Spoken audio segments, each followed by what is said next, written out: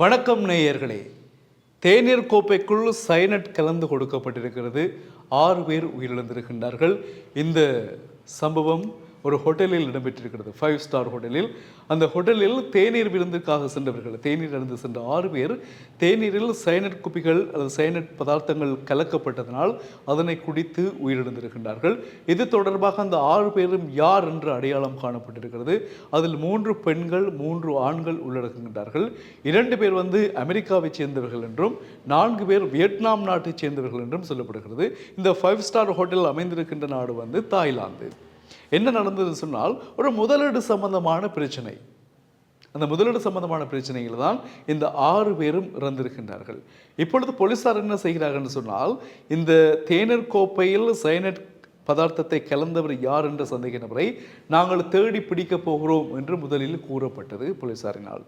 இப்பொழுது போலீசார் அந்த பிரச்சனையை அப்படியே விட்டுட்டு, உயிரிழந்த 6 பேரில் ஒருவர் தான் இந்த தேநீர் கோப்பைக்குள் ரசாயன பதார்த்தத்தை சைனட்டை கலந்திருக்கலாம் என்ற கோணத்தில் இப்பொழுது அடுத்த விசாரணையை ஆரம்பித்திருக்கின்றார்கள். அந்த மேசையில் வைக்கப்பட்ட உணவுகளில் அவர்கள் எடுத்த தேநீரை தவிர மற்ற உணவுகள் பிளாஸ்டிக் துண்டு ஒன்றால் மூடப்பட்டிருந்ததாம்.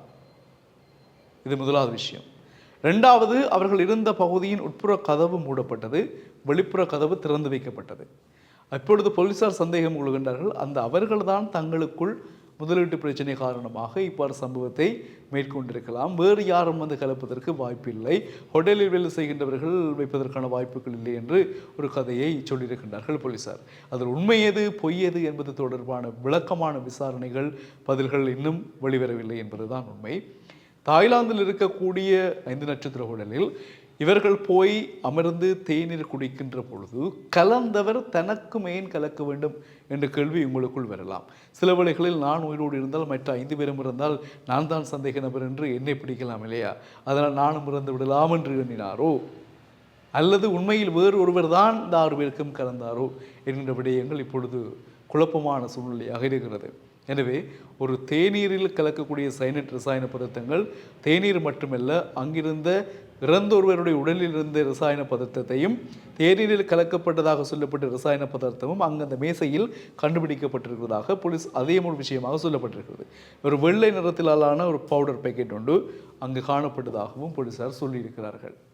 அப்போ அந்த பவுடர் தான் காரணமாக இருக்குமா என்று சொல்லி ஆய்வு செய்யப்பட்ட பொழுது அந்த வெள்ளை பவுடர் இருந்த பேக்கெட், அந்த வெள்ளை பவுடர் பதார்த்தமும் இறந்த ஒருவரில் இருந்த ரசாயனமும் பரிசோதிக்கப்பட்டதில் 2ம் ஒன்று என்பதை போலீசார் உறுதிப்படுத்தி இருக்கின்றார்களாம்.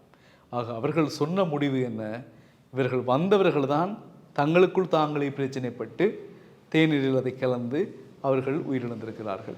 இது மற்ற 5 பேருக்கும் தெரியாமல் ஒருவர் கலந்திருக்கலாம் அல்லது என்ன மாதிரி அப்படி ஒரு நோக்கத்தில் போலீசார் வாரார்கள் என்று சொல்லுகின்ற பொழுது இது இன்னும் பலத்த சந்தேகங்களை எழுப்பியிருக்கிறது. பெரும்பாலும் இந்த முடிவுகள் 2-3 நாட்களில் வெளிவரும். அதை தொடர்ந்து நாங்கள் அந்த முடிவுகளை சரியாக உங்களுக்கு நாங்கள் சொல்லுவோம். இப்பொழுது சம்பவம் இதுதான். தாய்லாந்தில் இருக்கக்கூடிய ஹோட்டலில் வியட்நாம் மற்றும் அமெரிக்காவைச் சேர்ந்த 6 பேர் தேநீரில் சைனட் கலந்ததால் உயிரிழந்த சம்பவம் தான் அந்த நாட்டில் ஒரு பயத்தை பீதியை எழுப்பியிருக்கிறது. அவர்கள் யார், எதற்காக கலக்கப்பட்டது, யார் கலந்தார்கள்? சந்திக்கலாம் நேயர்களே சரியான விடையுடன். வணக்கம்.